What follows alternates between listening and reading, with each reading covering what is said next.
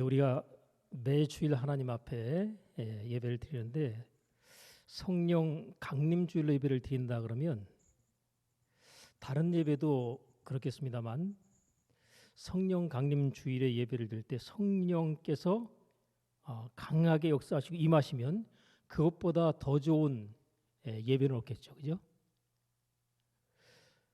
근데 그렇지 못하고 그냥 성령 강림주일 예배를 일반 보통 다른 때에 드렸던 예배와 크게 다를 것 없이 그냥 예배를 드리고 간다면 사실 그것처럼 안타까운 일 없을 겁니다.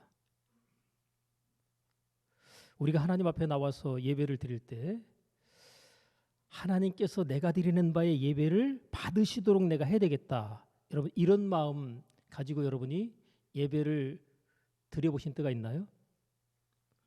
그 마음가짐 가지고 여러분들이 예배를 드린다면 하나님께서 여러분이 드리는 바 예배를 받으실 가능성이 상당히 높습니다.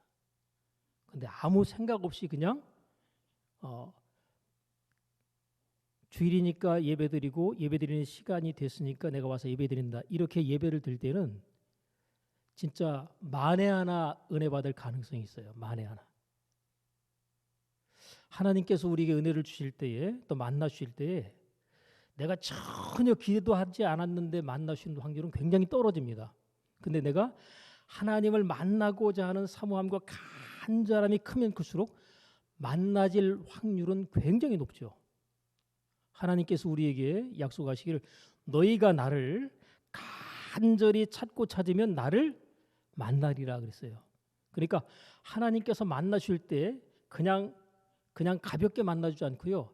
간절히 찾고 찾을 때 만나 주시고 어떤 사람은 죽을 병에 걸려서 인생의 밑바닥에 내려갔을 그때에 누구든지 주의 이름을 부르는 자는 구원을 얻으리라 하신 약속의 말씀처럼 주님 하고 하나님 혹은 아버지 혹은 예수님을 외치면서 간절함으로 그분의 은혜와 도우심을 구할 때 그때 하나님을 극적으로 만나게 되는 그런 체험들이 있게 됩니다. 그러니까 우리가 평안할 때 아무런 문제가 없을 때는 그냥 감사할 수 있지만 그러나 인생에서 내가 극심한 힘들고 어려운 상황 그때가 곧 하나님을 만날 만한 기회의 때가 되는 거죠. 그러니까 하나님께서 우리를 만나시려고 할 때 내 인생 속에서 내가 가장 힘들고 어려운 상황에 처했을 때 그때 하나님께서 우리의 가장 가까이에 계시면서 내가 하나님하고 자꾸 부르면 내가 여기 있다라고 바로 반응하실 수가 있게 됩니다. 심령이 가난한 자가 복이 있다라는 말씀이 있는데 여러분 진짜 그 가난함의 밑바닥에 있게 되면 생명의 작은 것 그 하나도 너무나 소중하고 귀하게 여겨집니다. 심령의 가난함 속에서 그 심령의 가난함이 하나님 앞에 그 가난함이 인정되고 보여지면 하나님께서 그 심령의 가난함을 확인하시고 그에게 하나님의 나라 천국이 임하게 되는 은혜를 주시게 됩니다. 여러분 다른 사람을 어떤 사람을 내가 누군가를 도우려고 할 때 하나님께서 도우라고 말씀하시지만 도우라고 말씀하실 때 아무나 도우면 안 됩니다. 여러분 지나가는 거지를 돕더라도 거만한 거지는 절대로 도우면 안 돼요. 진짜 자비와 긍휼의 마음이 그 속에서 일어날 수 있는 그런 사람들을 돕는 것이 맞습니다. 그래서 돕는 것도 가려 도와야 돼요. 가려서 돕지 않으면 그냥 돈을 갖다가 이렇게 옥토에 심는 것이 아니라 그냥 길가에 그냥 흩어 뿌리는 것과 다를 바가 없게 됩니다. 자, 오늘 본문의 말씀의 제목이 오늘 본문의 말씀 2절에 있습니다. 너희가 믿을 때에 성령을 받았느냐. 자, 여러분 성령 받으셨습니까? 예. 자, 성령 받았느냐고 물으면 예수 믿으면 성령 안 받았다 그러면 그 사람이 어떻게 예수 믿는 사람이겠어요, 그죠? 누구든지 예수를 주라고 고백하는 자는 성령께서 그에게 예수님께서 주라고 하는 사실을 알게 했기 때문에 고백하는 겁니다. 그래서 누구든지 예수를 주시라고 고백한 사람이라면 그 사람은 성령이 성령을 받은 사람이에요. 근데 중요한 것은 여러분 성령을 받는 것에 있어서의 이해를 좀 나눠서 할 필요가 있습니다. 자, 영접하는 자, 곧 그 이름을 믿는 자들에게는 하나님의 자녀가 되는 권세를 주셨으니, 그러죠? 자, 예수님을 나의 주님으로 내가 인정하고 고백하면서 그분을 모셔드리는 거예요. 제가 전에 나이 드신 성도 한 분을 찾아가서, 그래서 부인은 예수를 믿는데 남편이 예수를 안 믿고 교회를 안 나와요. 그래서 가가지고 예수님을 갖다 영접하도록 예수님을 소개했더니 자기는 그냥 예수 안 믿어도 된다는 거예요. 그래서 여러 가지 설명들을 하는 가운데 만약에 대통령이 어르신 집에 찾아오셔가지고 선물을 싸들고 찾아오셔가지고 선물을 갖다가 탁 주는데 받으시겠습니까? 안 받으시겠습니까? 물어봤어요. 그랬더니 아이고 대통령님이 우리 집까지 찾아오셔가지고 그냥 선물을 갖다 이렇게 주는데 그걸 어떻게 거절하냐고. 그래서 하나님 아버지께서 하나님의 아들 되시는 그분을 선물로 지금 어르신에게 주기 위해서, 그분을 갖다 선물로 주시기 위해서 선물을 주신다면 그 선물을 받아야 되겠습니까? 받지 말아야 되겠습니까? 그랬더니 이분이 굉장히 많이 고민을 하시다가 받아야 된대요. 그래서 거기에서 예수님 영접하고 그리고 기도를 해드리고, 그 이후로 매주일 이 앞자리 나오셔가지고 계속 예배를 참석하시다가 나중에 이제 하나님 부르심을 받으셨는데, 너무나 감사한 것은요, 예수님을 영접하고 난 그 이후로부터 매주일, 주중에는 못 나오시면 매주일 예배를 참석하시는데 너무나 감사하더라고요. 그러니까 주일이 기다려지는 거예요. 주일이 기다려지는 거예요. 하나님의 성령께서 그 안에 들어오시고 역사하시니까 그 일이 가능한 겁니다. 근데 문제는 우리가 지금 성령 강림주일로 예배를 드리잖아요. 그죠? 근데 내가 예수님을 갖다 구주로 영접했기 때문에 내가 예수님을 내 안에 모셨다. 여러분, 예수님을 모셨는데 내 안에 누가 들어와 계셔요? 성령께서 들어와 계시는 거예요. 예수님을 모셔드렸는데, 내가 성령님을 모셔드린 게 아니라 예수님을 모셔드렸는데, 예수님을 모셔드린 그것이 바로 내 안에 성령님을 모시게 된 것이 되어버리는 겁니다. 성령은 예수를 증거하는 영이기 때문에 우리가 구분을 해서 하나님 아버지, 구주 예수님, 또 보혜사 성령님 이렇게 얘기하지만, 하나님께서, 예수님께서, 보혜사 성령님께서 내 안에 함께하고 계시다는 사실을 우리가 이것을 인식하고 깨달아야 됩니다. 때문에 예수님을 영접한 그 자체로서 우리는 성령님을 모시게 되는데, 문제는 내 안에 성령님께서 들어와 계셔요. 그러면 내 신분이 어떻게 되죠?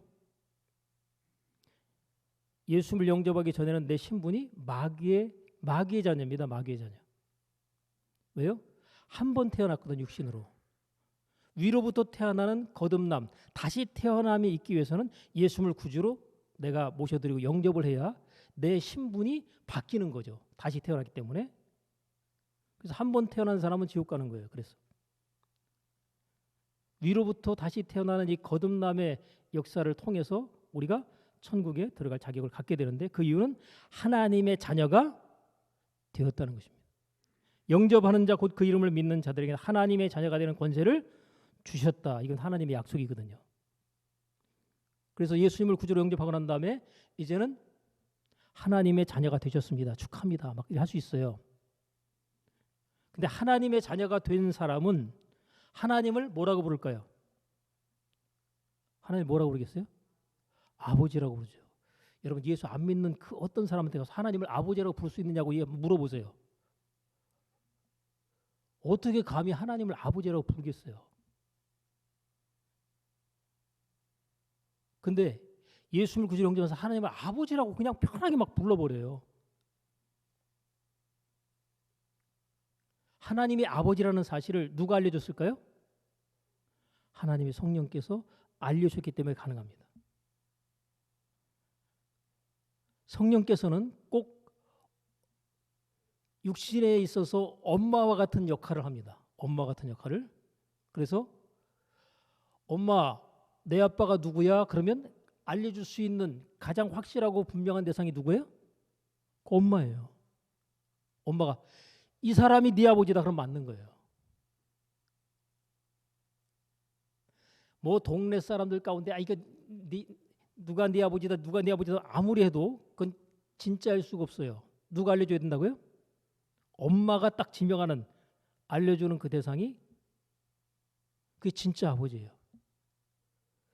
그래서 예수님을 구주로 영접하면 성령께서 하나님께서 아버지라는 사실을 알려주십니다. 그래서 우리가 기도할 때 하나님을 아버지라고 부르면서 하나님 아버지께 우리가 기도하면서 필요한 것을 구하게 됩니다. 자, 하나님의 자녀가 됐어요. 예수님을 구주로 영접해서. 근데 하나님의 자녀된 자로서 우리가 이 땅에서 원수마귀가 지금 활동하고 있는 이 세상 속에서 살아갈 때 우리가 영적인 싸움에서 승리를 주도하면서 영적인 싸움의 승리로서 승승장구하며 살아가기가 쉽겠어요? 어렵겠어요? 어렵습니다. 예수님 구주로 영접하고 이제 내가 하나님의 자녀다 하고 하나님의 자녀의 권세를 가졌다고 하지만 살아가는 동안 원수마귀에게 영적인 싸움을 싸우는데 이길 확률이 높겠어요? 질 확률이 많겠어요? 이기는 것보다 질 확률이 훨씬 많습니다. 그래서 예수 믿는 사람들 얼굴을 들여다보면 뭐예요? 밝은 표정 있는 사람이 혹 있거니와 얼굴에 수심이 많고 그늘진 사람들도 훨씬 더 많아요. 왜 그럴까요? 나는 영적인 싸움에서 패배한 자입니다 라는 것을 알리는 것이 뭐예요? 얼굴 표정 보면 딱 아는 거예요. 나는 오늘도 영적인 싸움에서 패배한 사람입니다. 뭘로 알려줘요? 얼굴 표정 딱 보면 알아요. 근데 내가 남의 표정을 딱 보면 알 수 있지만 내가 내 표정을 볼 수 있어요? 없어요? 뭘로 봐야 돼요? 가서 거울을 한번 들여다보세요. 내 표정이 수심이 가득한 얼굴인지 아니면 밝고 기쁘고 행복한 얼굴인지. 내가 지금 얼굴에 수심이 가득하다 라는 것이 확인이 되면 나는 영적인 싸움에서 원수마귀에게 계속해서 져왔고 또 지고 있구나라는 것을 확인할 수가 있습니다. 여러분, 하나님의 자녀가 됐음에도 불구하고 우리가 원수마귀의 영적인 싸움에서 번번이 깨지고 실패하게 되는 많은 이유들이 무엇이냐? 하나님의 자녀가 됐는데 하나님의 자녀됨의 권세는 예수님을 영접함으로 주어졌지만 뭐가 안 주어졌을까요? 능력이 안 주어졌어요. 권세는 있는데 능력이 없는 거예요. 그래서 예수님께서 이렇게 말씀하시죠. 오직 너희에게 성령이 임하시면 그 다음에 뭐예요? 너희가 권능을 받고 이렇게 되어 있죠. 성령이 임하시면 권능을 받는다. 예수님을 구주로 영접해가지고 우리가 뭐예요? 하나님의 자녀가 되는 권세를 받았잖아요. 권세는 받았는데 뭐가 없어요? 능력이 없더라니까요.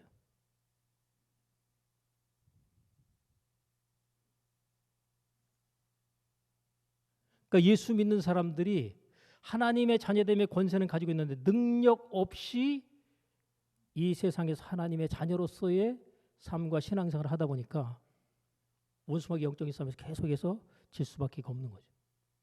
뭐가 필요해요? 능력이 필요합니다. 그 능력을 우리가 힘입기 위해서는 오직 성령이 너희에게 뭐 하시면요? 임하시면입니다. 임하시면. 예수님을 구주로 영접했을 때는 뭐예요? 하나님의 자녀가 되는 권세만 주어졌어요. 권세는 있는데 능력이 없어 버리니까 이게 원수마귀 영적인 싸움에서 지게 되는 거예요.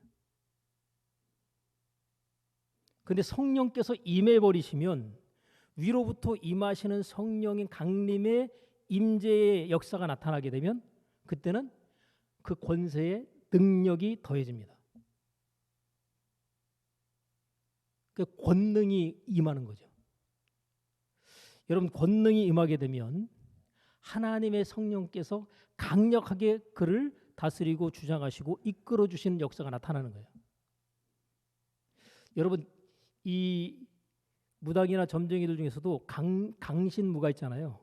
신이 딱 임해야 뭔가 굉장한 능력을 발휘합니다. 근데 그 능력이 누구의 능력이에요? 본인의 능력일까요? 귀신의 능력일까요? 귀신의 능력입니다. 근데 귀신의 능력 발휘만 해도 사람들이 뭐요? 놀라잖아요. 와, 대단하다. 이거 어떻게 알지? 어제 제가 그 동영상으로 간증한 날을 딱 보니까 그 어린 나이에 집에서 그 초등학교 다닐 때 육성예빈가를 챙겨가지고요. 그 그냥 기차표 하나만 챙겨가지고 서울 올라가면은 뭐 성공할 수 있다 이런 얘기를 주워 들었는지 그 어린 나이에 육성회비 그 학교에 갖다 주라는 걸 받아가지고 그걸 갖다 초등학생 때 서울로 기차 타고 올라온 거예요. 올라왔는데 뭐 이제 잠잘 때도 없고 깜깜한 거죠. 근데 거기에서 어떤 스님이 딱 나타나가지고 너 아무개지 이름을 딱 대버리는 거예요. 그리고 너 육성예비 그 학교에 내라는 거 안 내고 너 그거 갖고 기차표 끊어갖고 여기까지 왔지? 그걸 얘기해 버리는 거예요. 그러니까 얼마나 놀래요. 나 따라와. 그래서 따라가가지고 거기서 수업받고 거기서 교육받으면서 나중에 중이 됩니다.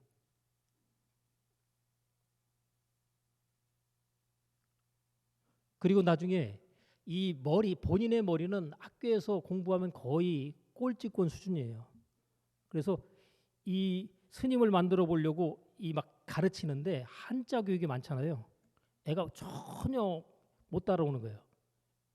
그러니까 얘는 도저히 제대로 된 스님으로 못 키우겠다 싶어가지고 다들 포기하는 중에 얘가 또 영감이 왔어요. 4월 초파일 날 어떤 여자가 딱 왔는데 그 여자 걸음걸이를 딱 보고서 저 여자분은 남편 없는 과부인 것 같다. 그런 식으로 얘기를 툭 던졌는데 사람들이 다른 그 스님들이 그걸 듣고 난 다음에 그걸 갖다가 그 큰 스님에게 가서 얘기를 한 거예요. 근데 실제로 그 여자분이 과부예요. 너 그거 어떻게 알았느냐? 사람들이 전부 다 궁금해하는 거죠. 그냥 딱 보니까 그런 것 같다는 거예요. 여러분 탁 보면 그냥 느껴지는 거예요. 영적인 세계에서는 혼날 줄 알고 갔는데 그 큰 스님 하나가 너는 오늘부터 내 후계자다라고 딱 얘기를 하는 거예요. 그리고 그 밤 이후로 그들이 말하는 신이 찾아옵니다. 신이 찾아와가지고 그때부터 그 신적인 능력을 받아가지고 이 귀신의 능력을 받아가지고요 엄청난 초제한적인 역사와 능력들이 나타나요. 바깥으로 시주하러 나갈 때 내가 만나게 될 사람 오늘 어떤 사람들을 다 만나게 될 거다. 그리고 현장에 가면 내가 필요할 때마다 알려주겠다. 시주하러 나가는데 사람들 딱 지나가는 사람 딱 보고 아저씨, 아줌마 지금 주머니 얼마 있죠? 그럼 정확하게 맞는 거예요. 놀래요, 안 놀래요? 그걸 딱 듣고 확인한 사람들은요. 그 사람이 하는 말에서 굉장한 두려움을 갖게 됩니다. 그래서 많은 시주들을 갖다 해와요. 그렇게 해서. 더 나서 어떤 능력까지 나타나냐면 5개국어를 갖다 공부도 꼴찌 하던 애가 5개국어를 하게 됩니다.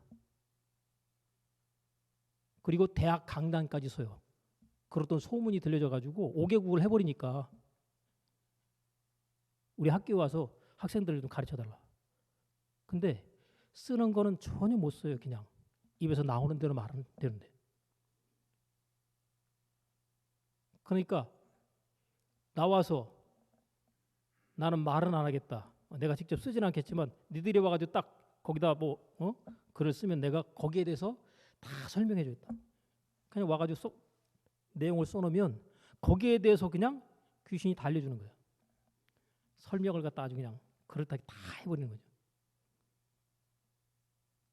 그래서 그 얘기 듣고 그런 능력을 받기 원하는 사람은 나처럼 승려가 되면 좋겠다. 그래갖고 20 몇 명을 갖다가 승려되게 만들었어요. 그 가르친 사람 중에. 대단하죠. 여러분 귀신도 그런 능력이 있어요. 그를 쓰려니까 그 능력을 줘버리는 거예요. 그에게. 하나님 같으면 어떨까요? 하나님의 신을 우리가 성령이라고 그러죠. 하나님의 신인 성령께서 임하시면 그것보다 더 큰 역사와 능력을 나타낼 수도 있는데 오늘 예수 믿는 사람들의 경우에는 보면 하나님의 초자연적인 어떤 역사와 능력이 나타났다 그러면요. 전부 이상하게 생각을 해버려요. 성령의 역사를 전부 다 귀신의 역사로 다 그냥 섞어서 그냥 해버린단 말이에요. 왜 그러냐면 귀신이 먼저 어떤 행동을 취해버리면 그럼요. 그 다음에 성령께서 역사하신 어떤 역사가 나타나잖아요. 그럴 때 그것도 귀신의 역사로 그냥 이렇게 묶어서 얘기를 해버립니다. 그럼 어떻게 되겠어요? 교회 안에서 성령의 역사로서 발현돼서 나타나는 어떤 능력의 역사들이 나타날 때 그것 자체를 전부 귀신의 역사로 그냥 돌려버리게 만들어버리면 교회에서는 영적인 어떤 능력이 나타나는 것 자체를 전부 다 제한하고 막아버릴 수가 있어요. 왜 이런 현상이 나타나느냐? 예수님께서 말씀하실 때 나보다 먼저 온 자는 도적이라 그랬거든요. 근데 그 도적이 누구겠어요? 원수마귀가 예수님보다 먼저 이 세상에 와서 뭐요? 이 세상을 전부 다 미혹시켜버리는 거죠. 그러니까 오늘날 많은 교회들이 영적인 하나님의 능력이 나타나는 것 자체를 전부 다 제한하는 교회들이 엄청나게 많습니다. 성령의 능력을 제한하는 그런 어떤 일들이 많아요. 그러니까 성령 충만 받는 것에 대해서 그렇게 강조를 안 하죠. 그냥 주일에 와서 예배 드리고 뭐 성경 공부하고 뭐 해가지고 그냥 열심히 하는 거, 가르치는 거 막 머릿속에다 집어넣고 가르치는 거, 성경 엄청나게 많이 알게 만드는 거, 그런 것들만 이제 교육하는 거죠. 근데 뭐는 없어요? 능력은 없더라. 능력은 뭐를 통해서요? 성령께서 임하심으로 말미암아서 능력이 나타나거든요. 그 능력의 범주는 굉장히 다양합니다. 일단 성령이 임하시면 그 사람이 바뀌어요. 그 사람의 마음과 생각이 바뀌고 그 사람의 삶이 바뀝니다. 성령이 임하시면. 근데 예수님을 구주로 영접해서 하나님의 자녀가 된 사람의 경우에는 삶 자체가 확 바뀔까 안 바뀔까요?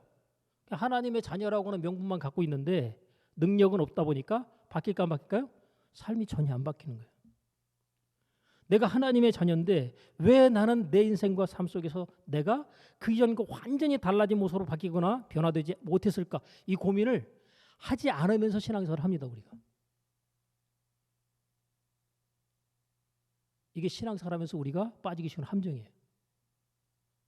하나님의 자녀인데 하나님이 자녀니까 죽으면 어디 가겠어요? 천국 간다는 거예요. 난 천국 간다.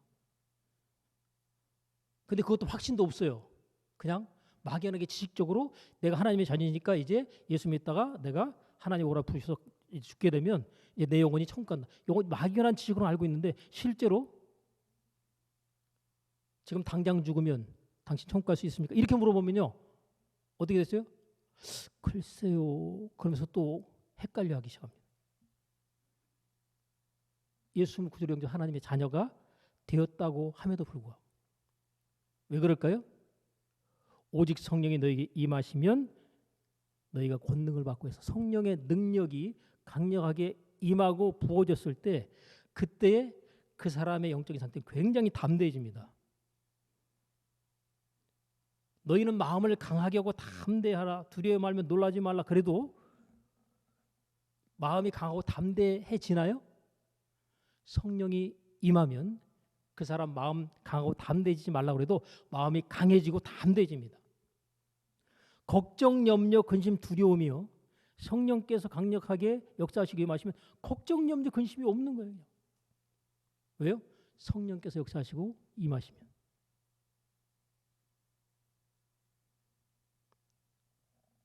내주하시는 성령을 받은 그것으로 하나님의 자녀는 되었음에도 불구하고 능력은 없이 신앙생활하는 것이 얼마나 힘들고 그랬겠어요. 그래서 여러분 내가 지금 신앙생활을 하고 있는데 기쁨도 없고 감사도 없고 그냥 하나님 앞에 예배는 내가 그냥 정기적으로 드리긴 하는데 뭐 내 삶 가운데 기대하는 것도 없고 그냥 하루하루 지나가 그냥 또 똑같은 하루의 반복이 지나가는구나 하면서 굉장히 삶 자체에 대해서 무료함을 느끼고 이러잖아요. 이게 다 뭐겠어요? 성령의 임하심의 역사가 없기 때문에 그런 현상들이 나타나는 겁니다. 자, 예수님께서 세례 요한에게 세례를 받으시고 물 위로 이렇게 올라오셨어요. 그랬을 때 하늘에서 성령을 상징하는 비둘기가 위로부터 이렇게 내려옵니다. 그때 하늘로부터 들려지는 소리가 있는데 이는 내 사랑하는 아들이요 내 기뻐하는 자라 이렇게 얘기합니다. 뭐 했을 때 그런 음성이 들릴까요? 하나님의 성령께서 임하시는 현상이 있고 난 다음에 이는 내 사랑하는 아들이요 내 기뻐하는 자라. 자, 조금 전에는 하나님의 자녀가 됐죠. 예수를 영접하고. 여러분, 나의 정체성이 하나님의 자녀라는 것에 국한되어 있으면 능력이 없는 신앙생활을 하게 됩니다. 근데 자기 자신의 정체성이 나는 하나님의 뭐다? 아들이다. 여러분, 하나님의 아들이라고 여러분에게 말씀을 전달하면 여러분은 하나님의 아들이 되어야 됩니다. 여러분은 하나님의 아들입니다라고 말할 때 여러분이 그 사실을 일반의 보통 교회에서 하나님의 아들이라고 여러분의 정체성을 얘기할까 안 할까요? 하나님의 자녀만 얘기하지 또 하나님의 종 얘기도 하지만 뭐예요? 내가 하나님의 아들이라 그러면 이거 2단, 3단으로 생각할 수가 있다. 근데 성경은 우리에게 뭐라고 얘기한다? 하나님의 아들이라고 말한다. 하나님의 아들은 예수님만 하나님의 아들이 아니다. 성령 충만받고 성령의 강력한 임재가 임하게 되면 그 사람은 하나님의 아들로 하나님의 자녀에서 하나님의 아들로 그 정체성이 상향됩니다. 자, 하나님의 아들로서 오신 예수님. 그래서 주는 그리스도시요 살아계신 하나님의 아들이십니다라고 듣잖아요. 베드로의 고백을 통해서. 그죠? 그러면 이 하나님의 아들로서 예수님께서 어떤 일을 하시냐? 하나님 아버지 영광을 나타내는 그 일을 위해서 아들은 죽도록 충성하는 겁니다. 아들은. 하나님의 자녀는 죽도록 충성이 가능하겠어요? 안 하겠어요? 하나님의 자녀는 죽도록 충성 못합니다. 그러나 하나님의 아들 된 자는 어떻게 돼요? 죽도록 충성이 가능해요. 예수님께서 십자가에 죽으시는 죽음으로 나갈 수 있었던 것도 뭐예요? 그분이 하나님의 아들의 정체성을 가지고 있기 때문에 그럽니다.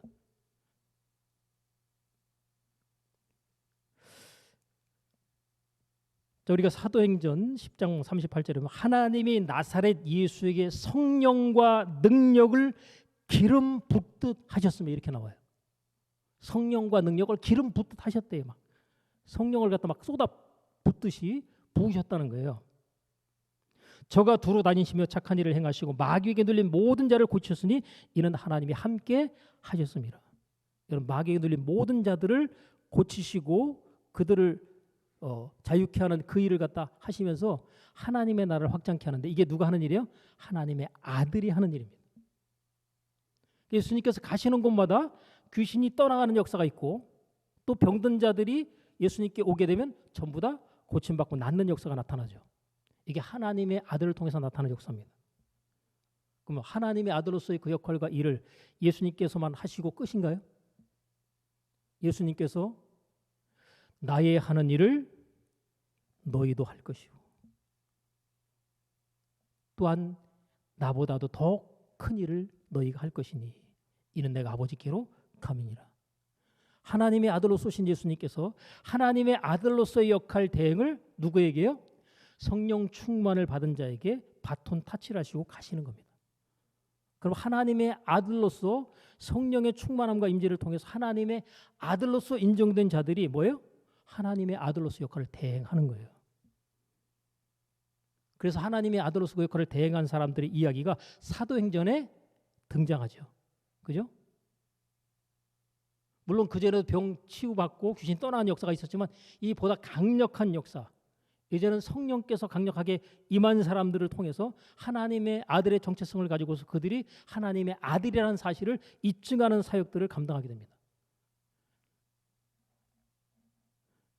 그래서 하나님의 자녀로서의 정체성만 가지고 있는 사람은 하나님의 일을 제대로 할까 못할까요? 능력이 없는데 어떻게 하나님의 일을 해요? 예수님께서, 부활하신 예수님께서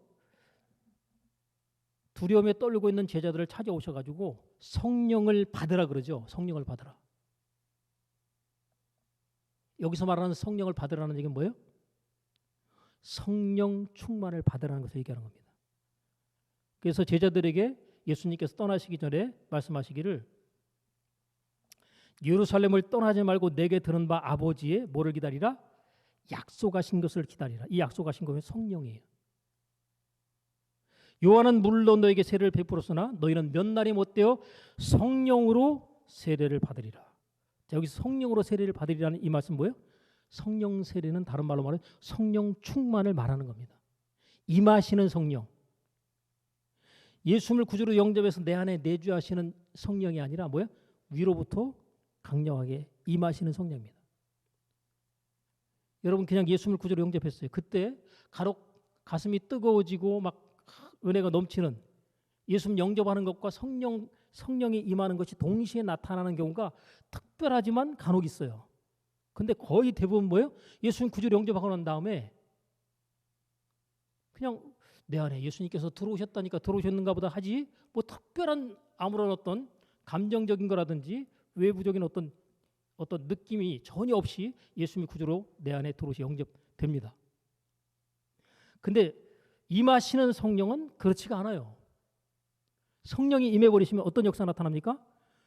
본인 스스로가 지금 성령께서 내게 역사하시고 임하신다는 사실을 본인이 오감을 통해서 확실하게 느끼게 됩니다. 성령이 임하시면. 그래서 우리가 그 임하시는 성령 세례, 성령 충만을 받아야 된다는 거죠.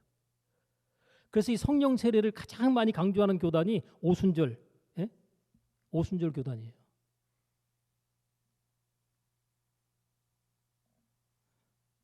제가 이제 들은 얘기지만 오순절 교단으로서 만약에 신학교에 들어오려고 하는 사람은 방언을 못하는 사람은 신학교에서 안 받아줍니다. 근데 다른 타교단들은 물 세례로서 세례받은 사람은 무조건 들어올 수 있는 자격을 줘요. 세례 안 받은 사람은 안 되겠지만 물 세례 받아서 하나님의 자녀가 된 사람을 무조건 자격을 줍니다. 근데 오순절 교단은 방언하느냐 물어봤는데 고개를 흔들잖아요. 불합격. 뭐 시험 볼 것도 없어요. 불합격 얘기냐. 그렇다는 거예요.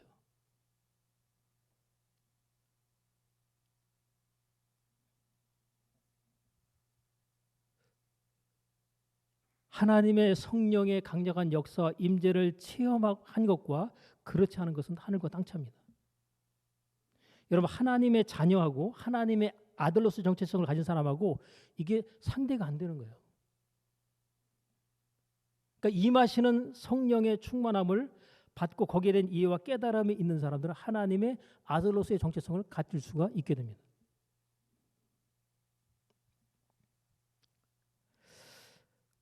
로마서 8장 14절에 무릇 하나님의 영으로 인도함을 받는 그들은 곧 하나님의 아들이라. 여러분 성경에서 하나님의 자녀로 선택된 그들 가운데서 하나님의 아들의 정체성을 가지고 하나님 아버지께 영광을 돌리는 삶을 살아야 될 사람들을 성경이 말하고 있습니다. 로마서 8장에 이 땅에 존재하고 있는 모든 피조물들이 하나님의 아들들이 나타나기를 탄식하면서 기다린대요. 이 세상을 지금 누가 장악하고 있기 때문에 원수마귀가 장악하고서 그 피조물들을 갖다가 좌지우지한단 말이에요. 그러니까 누가 나타나기를 바라겠어요? 하나님의 아들이 나타나길 바랐는데 그 하나님의 아들 되시는 예수님께서 우리 가운데 오셨죠. 마귀를 멸하시기 위해서. 그래서 마귀를 멸하신 것의 증거들이 귀신을 쫓아내는 것과 병든 자들을 고치는 사역들을 했던 것이 바로 그 이유입니다.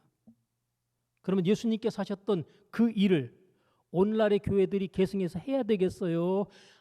그거 예수님 때나 하고서 말아야 되겠어요? 지금도 계승해서 그대로 해야 됩니다. 근데 안 하는 교회가 7, 80%는 안 할 거예요. 제가 볼 때. 예수님께서 말씀하신 그 사역을 뭐만 해요? 예배만 드리는 거죠. 성경 공부만 하는 거예요. 근데 뭐는 없어요? 능력은 없어요. 왜 능력이 없을까요? 오직 성령이 너에게 임하시면 하나님을 갖다가 만나는 강력한 체험이 없는 상태에서, 그러니까 오늘날 예수 믿는 사람들이 뭐예요?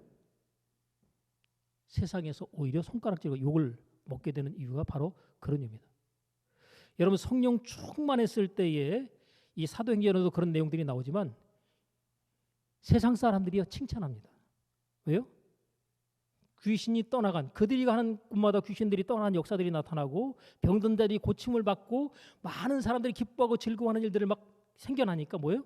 하나님의 나라가 그 현장 속에 나타나니까 사람들이, 너도 나도 예수 믿는 사람들이 나오는가 하면 많은 사람들이 자기가 예수 믿지 않더라도 예수 믿는 사람들을 욕하진 않죠. 물론 기득권자들은 그들이 눈에 가시기 때문에 그들을 공격하겠지만 일반 보편적인 서민들은 예수 믿는 사람들 손가락처럼 욕하지 않는다.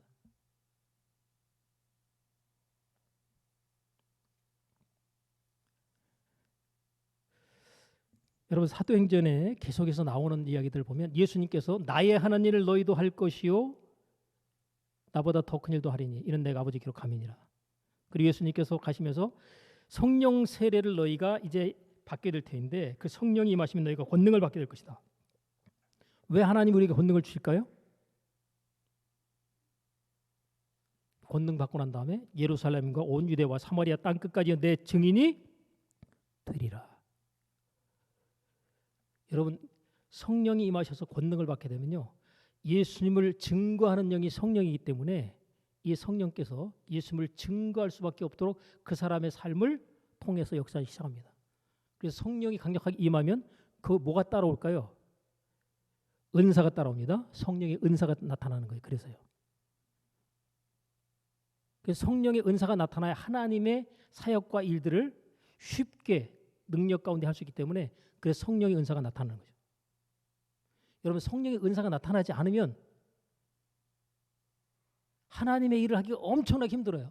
말 그대로 땅을 파야 되는데 여러분 맨손으로 땅 파보세요. 땅 파기 어렵죠? 나무 갖다 주고 땅 파라 그러면 여러분 파지겠어요? 그나마 삽 정도는 줘야죠. 그죠? 삽 정도는 줘야죠. 근데 삽을 주고서 땅을 파라면 파죠. 근데 바닥을 콘크리트로 만들어 놓은 상태에서 자, 삽 한 자루 주고 자, 땅 파세요. 팔 수 있어요, 없어요? 못 파죠.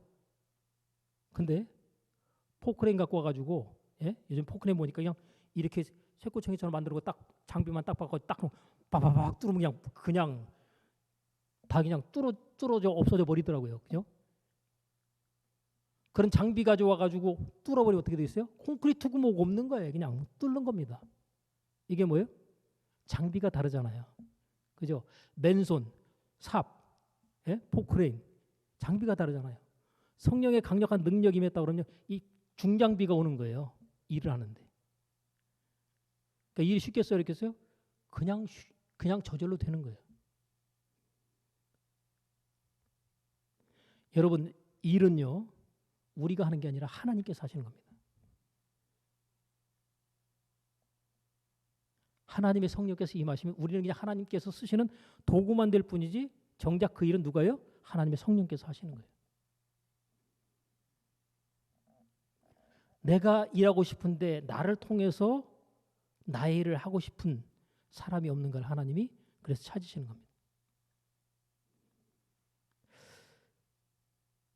베드로의 경우에도 성령 충만 받고 난 다음에 병든 사람과 더러운 귀신에게 괴로움 받는 사람들을 데리고 올 때 다 나음받게 하는 일들이 나타났어요. 그리고 오늘 본문의 말씀 그 아래쪽에도 보면 11절에 하나님이 바울의 손으로 희한한 능을 행하게 하시니, 하나님이 바울의 손으로 뭘요? 희한한 능력을 행하게 하시더라는 거예요. 근데 심지어 어떤 일까지요? 사람들이 바울의 몸에서 손수건이나 앞치마를 가져다가 병든 사람에게 갖다 얹었어요. 자, 바울의 몸에 부착되어 있던 손수건, 가지고 있던 손수건이나 앞치마를 갖다가 병든 사람에게 갖다 얹었어요. 그랬더니 어떻게 된다고요? 병든 사람이 얹으면 그 병이 떠나고 악귀도 나가더라.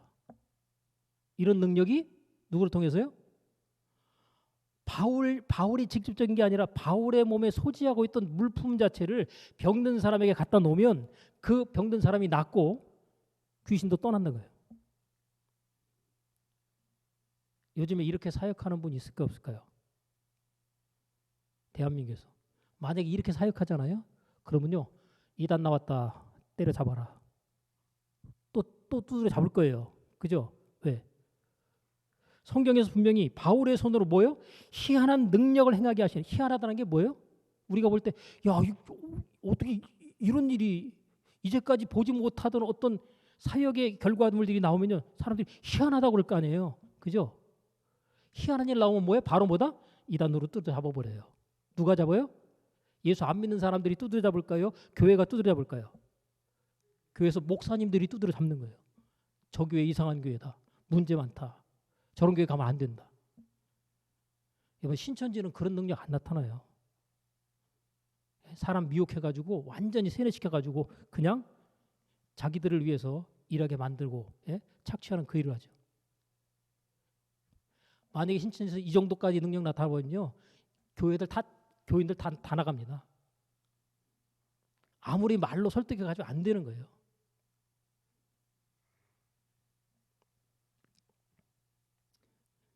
여러분 성령 세례를 통해서 성령 충만이 믿는 사람들에게 임하게 되면 이런 역사와 일들이 나타납니까? 왜요? 하나님의 나라 확장을 위해서 이 일을 하나님께서 원하시는 거예요. 예수님께서 하셨던 그 일을 하나님의 아들의 정체성을 가지고 있는 그들을 통해서 그 일을 또 다시 재현하고 싶으신 겁니다. 그런데 오늘날 우리가 하나님의 아들의 정체성 자체를 완전히 잊어버리고 사는 거예요. 하나님의 아들인데. 근데 하나님의 아들의 정체성은 성령께서 강력하게 역사하시고 부어지고 임하게 되면 내가 하나님의 아들이라는 사실을 알게 됩니다. 그리고 그 일의 사역을 성령께서 하게 하십니다. 그래서 여러분이 성령 충만 받고 난 다음에 여러분이 만약에 성령 충만 받기 전에 내가 지금 중환병에 걸려가지고 그냥 죽을 지경이죠. 근데 성령께서 임해버리시면 어떻게 될까요? 예? 하나님께 찾아오신 성령께서 임해버리시면요. 즉시로 병이 나버립니다. 아니면 점점 몸이 좋아지는 상태가 진행이 되면서 완전히 나버립니다. 성령께서 임하시기 전에는 술 못 끊어, 담배 못 끊어, 마약 못 끊어, 도박 못 끊어, 전부 못 끊어죠. 성령께서 임하시면 어떻게 될까요? 다 끊습니다. 왜요? 성령께서 임하시면 하나님께서 싫어하시고 미워하시는 것들이 떠나가는 현상들이 나타납니다. 전부 다 끊어지고 떠나가는 거예요. 하나님께서 원치 않으시는 환경으로부터 벗어나게 됩니다. 성령이 임해버리시면. 근데 성령께서 강력하게 임하지 않으면 예수 믿는 사람도 어디 가요?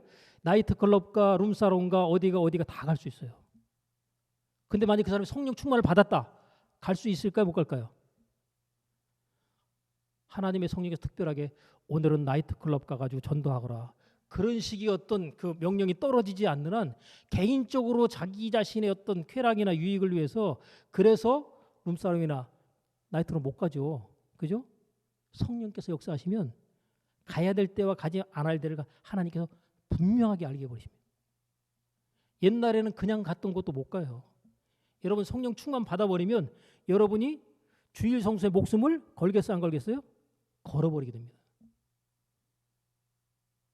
성령 충만 받아버리면 주일 성수의 목숨을 내가 걸어버려야 되겠다는 그 인식이 확 바뀌어버리는 거예요.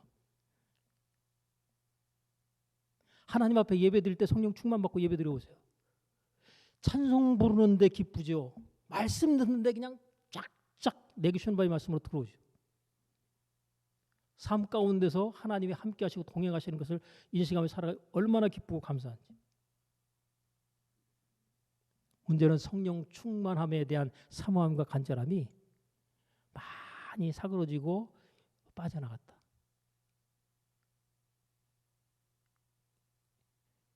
요즘에 기도원 가는 사람들이 거의 없어질 정도로, 큰 교회들이 기도원 만들어 놓고 그냥 자체 유지할 정도로 그런 식의 형태지, 오늘날 기도원들이 전부 쇠퇴하고 있잖아요. 성령 충만을 사모하는 그런 현상들도 점점 지금 식어지고 있는 그런 상황입니다.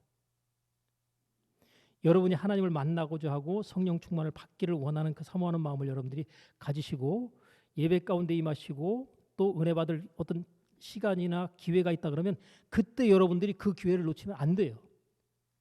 성령 충만 받을 기회가 내가 사모하면 반드시 열려 있습니다. 그래서 옛날에는 은혜 받고 성령 충만 받으려고요, 무슨 집회 있다 뭐다 그러면요, 그거 기억해놨다가 그날 그냥 죽기 살기로 가는 거예요. 심지어 어떤 사람들 직장에다가 연차든지 휴가 내놓고 가는 거예요, 은혜 받으려고. 그래서 요즘에는 은혜 받는 시간 타임이 딱 정해져 있어도 뭐예요, 사람들이 그 시간 자체를 못 내겠다는 거예요. 그 누가 하는 일이야? 원수마귀가 못 참석하게 만드는 겁니다. 참석해서 은혜 받아버리면, 성령 충만 받아버리면 그 사람의 인생이 하나님 손에 붙들려서 하나님의 아들로서의 정체성을 가지고 그가 쓰임받게 될 알기 때문에 은혜 못 받게 하기 위해서 원수마귀가 은혜 받을 자리 자체에 대해서 참석하지 못하도록 만들어 버리는 거죠.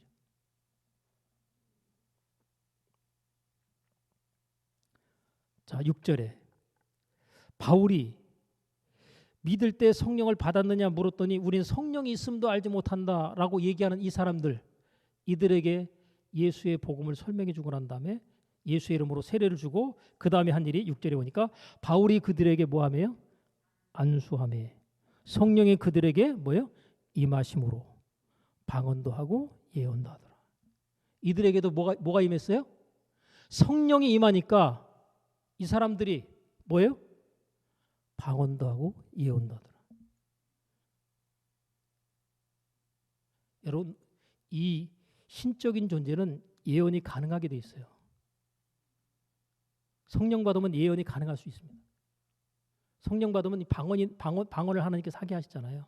방언과 예언을 같이 지금 묶어놨는데, 여러분, 귀신들이 귀신같이 알려준다 그러죠. 거의 과거에 대한 내가 살아온 것에 대해서 다 얘기하면 사람들이 훅 하고 껌뻑 죽어요.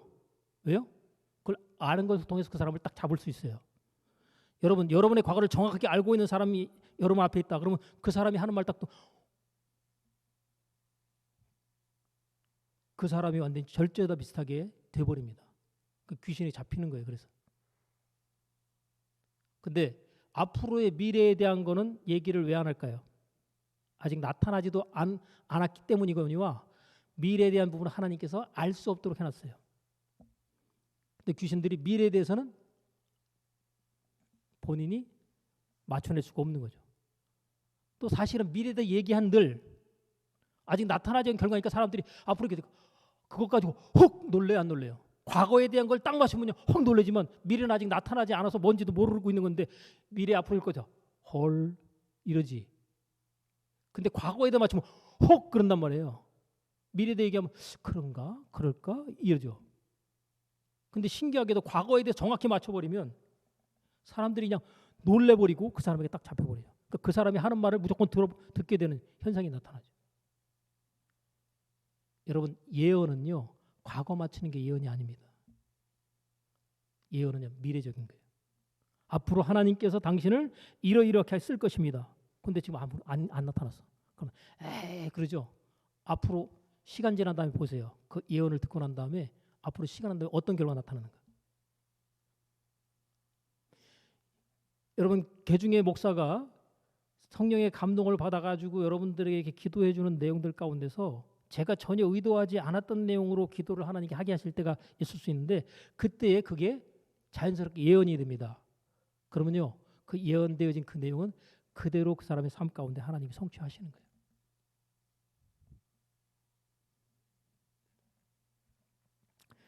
여러분, 성령 받기를 어떻게 되겠어요? 사모하셔야 됩니다.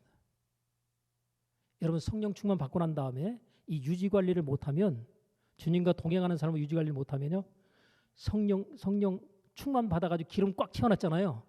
그죠? 근데 그 기름이 차 타고 왔다 갔다 계속 하다 보면 어떻게 되겠어요? 기름이 다 소모되겠죠. 그죠? 그러면 다시 또 기름 채워야 돼요? 안 채워야 돼요? 기름 채워야 되죠. 근데 안 채우고 그냥 돌아만 다니는 거예요. 기도는 안 하고 계속해서 그냥 일상의 삶만 계속해서 여러분이 산다고 가정해 보세요. 기름이 채워지나? 다 빠져나가잖아요. 성령 충만의 상황이 되면요, 든든합니다. 기름이 가득 채워진 것처럼 든든해요. 그죠? 차에다 여러분 기름 가득 채워놓으면 든든해요, 안 든든해요? 운전하시는 분들 든든하시죠? 아주 만땅으로 채우고 나면 한동안. 근데 한 일주일 쓰고 나면 어때요? 밑에서 가당가당하면 어때요? 든든하던 게 어때요? 불안합니다. 불안해요. 가면서 여기 주유소가 어디 있나? 찾아보니까 주유소가 굉장히 멀리 있네요. 더 불안합니다. 그러면 가까이 있으면 빨리 찾아갔는데, 어떤 사람은 그럼에도 불구하고 이 간당간당인데 그걸 눈치채지 못하고 그냥 달립니다. 그러다가 차가 어떻게 할까요? 중간에 서버립니다. 이거 왜 섰지? 보니까 기름이 빨간 눈금에서도 밑으로 내려가가지고 노란 눈금으로 깜빡깜빡하면서 신호를 줬는데 그것마저 무시해가지고 차가 서버렸어요. 여러분, 성령 충만 받게 되면 내가 하나님의 아들인 정체성이 생기고 무슨 일을 만나든지 하나님께 나와 함께 하신다는 사실 때문에 겁나는 게 없어지는 거예요. 여러분, 무슨 일을 하셔도 여러분 겁날 거 하나 없습니다. 왜요? 하나님께서 함께 하시기 때문에. 하나님이 책임지십니다. 그리고 성령 충만받고 나면 여러분의 인생과 삶을 갖다가 목회자뿐만 아니라 모든 성도들의 삶을 하나님께서 하나님이 가장 좋은 최상의 상황으로 인도하십니다. 이끌어주셔요. 하는 일마다.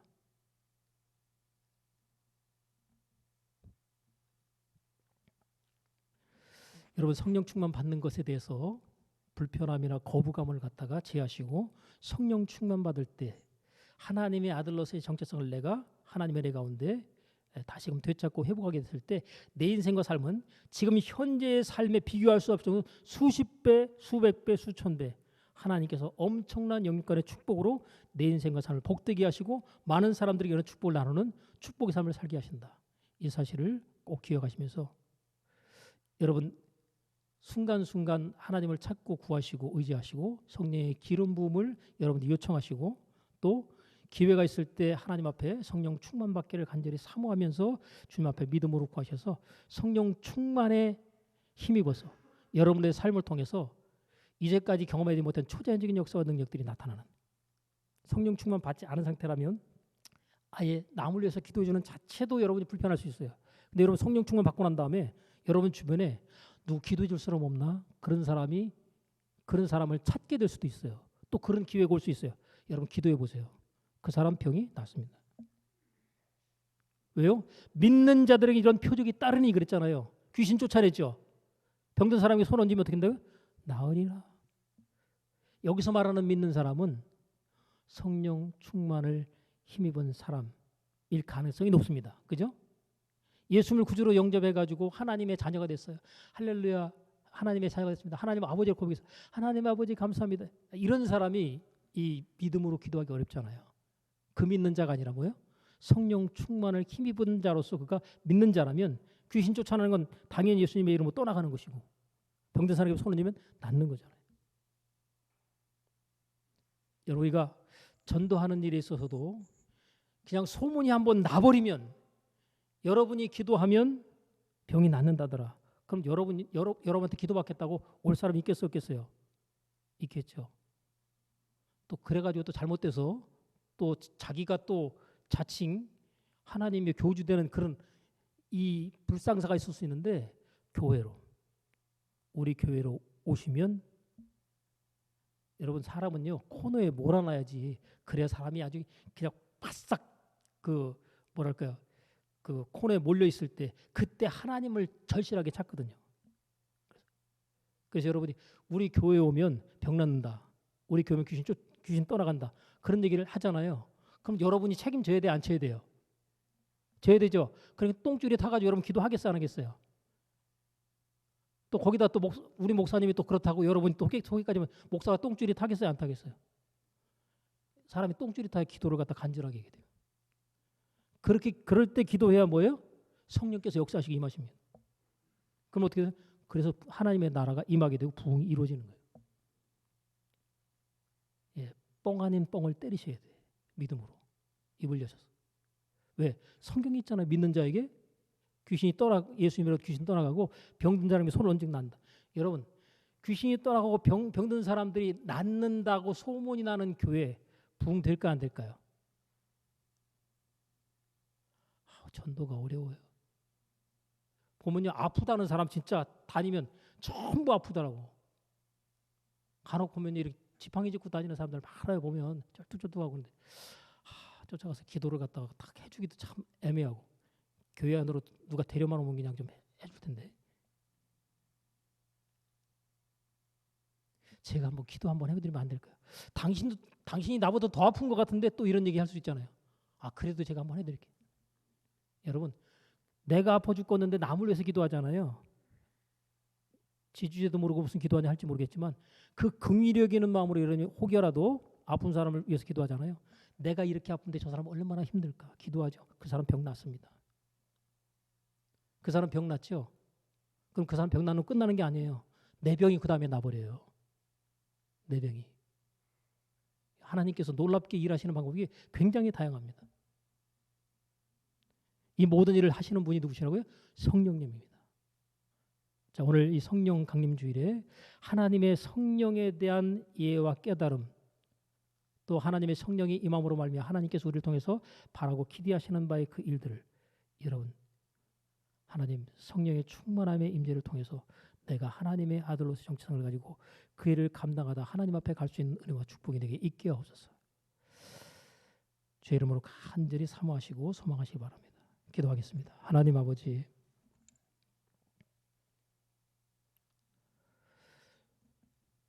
성령 강림주일 이 시간 예배 가운데 우리의 마음 가운데 성령 강림에 대한 사모함과 간절함의 마음이 다시 은혜 가운데 우리 마음 가운데 불붙게 해주시고 그 불붙은 바에 사모하는 마음과 간절한 마음에 그것을 따라 하나님께서 성령의 강력한 역사와 임재를 우리에게 허락하여 주시고 이로 인하여 우리가 하나님의 아들의 정체성을 가지고 예수님께서 사역하셨던 그 사역을 이어받아 하나님의 뜻대로의 삶을 또 사역을 은혜 가운데 감당하며 하나님께 영광 돌리는 우리 모두와 교회가 될 수 있도록 주님 은총 허락해 주옵소서. 예수님의 이름으로 감사하며 기도합나이다. 아멘.